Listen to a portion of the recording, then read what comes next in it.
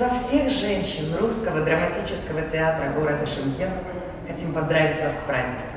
С Днем Защитника Отечества! Сегодня мы можем воспользоваться прекрасным поводом, чтобы в очередной раз признаться вам в любви. Восхититься вашей выдержкой и отвагой, верностью и мужеством, заботой и поддержкой. Мы от всей души желаем вам крепкого здоровья, Счастья и любви! удачи и успехов. Благодарим вас за доброе сердце и сильное плечо. С праздником, дорогие мужчины!